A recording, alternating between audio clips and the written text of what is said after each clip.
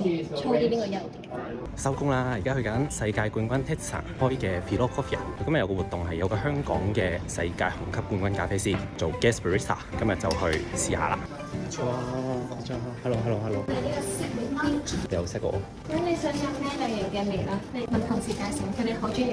今次就聽咗佢哋推介，揀咗呢個 Ethiopia 嘅 Tomodachi，詳細嘅沖煮過程得到本人嘅允許，冇所謂，同多啲人分享咯。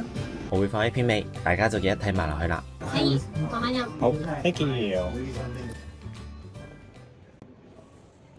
超甜，超級無敵甜，甜到好似果汁咁，有啲提子，有啲 citrus 咁嘅味，好好飲，沖得好飲。呢杯咖啡已經成為咗我有記憶點嘅4杯咖啡之一。剩翻一啖，完全唔捨得飲晒佢。仲有一啖，我哋下次再見 ，see you next time，cheers。咁我覺得唔係點樣食嘅，其實好簡單嘅。佢係16 gram，跟住160嘅水。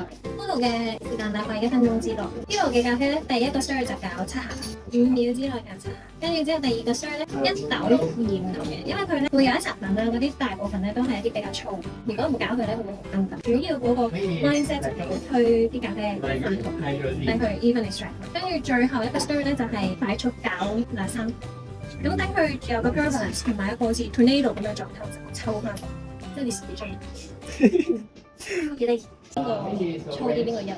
手沖同紅級嘅間 size 邊個粗啲？邊個幼啲？我估係因為紅級係 immersion，咁 immersion 係嗰個 extraction 嘅速度應該係低過呢個 percolation 㗎嘛。咁所以咧，為咗提高個 extraction rate 啫，所以紅級係應該要幼啲嘅。係係正確嘅。耶！